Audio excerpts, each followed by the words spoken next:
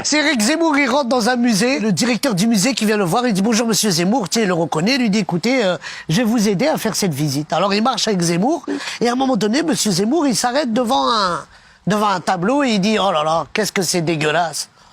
Et le monsieur du musée lui dit « Écoutez monsieur Zemmour, c'est dégueulasse, mais c'est un Picasso ».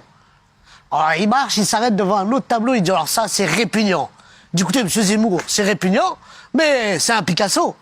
Et là, il s'arrête une troisième fois, il dit « Alors ça, c'est dégueulasse, c'est répugnant. J'ai jamais vu un truc aussi dégueulasse de ma vie. » L'autre, il dit « Ça, monsieur, c'est un miroir. »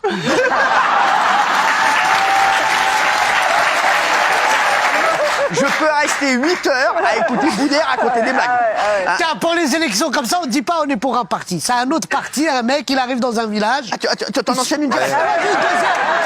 Vas-y, comme ça, j'ai pas des problèmes avec la première. C'est pour ça que je te dis. Ah, tu vas attaquer un autre candidat, là. Non, pas un autre candidat. C'est un candidat, il arrive dans un village, il dit voilà, je me présente aux élections. Qui c'est? Quelles sont les revendications? Et dit écoutez, nous, on a deux revendications. Les villageois, ils disent on a deux revendications. La première revendication, on n'a pas de médecin dans le village. Il dit comment ça, vous n'avez pas de médecin? Je prends son téléphone. Ah, il fait comme un... Ouais. Allô, oui, c'est pas normal, je veux 2 médecins pour la région, sinon ça va partir en cacahuète. Et il raccroche. Et il dit, c'est quoi la deuxième revendication? Il dit, bah, il n'y a pas de réseau ici pour le téléphone.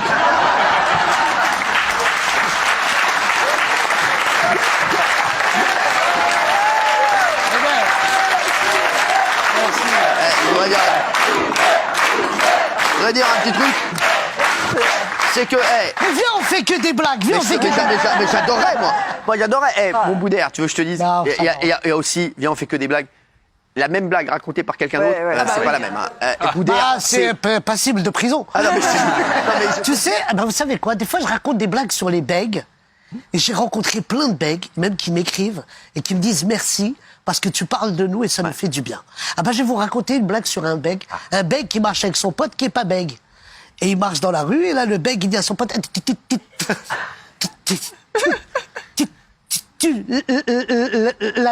la vue là, jolie fille.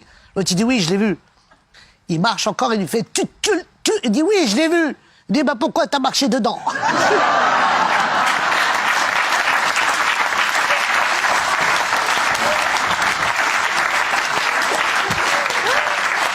Attends, je me rappelle d'une là. Vas-y. C'est une mère qui rentre, elle toque dans la chambre de son fils, elle dit écoute, Patrick, réveille-toi. Il dit non, je veux pas y aller.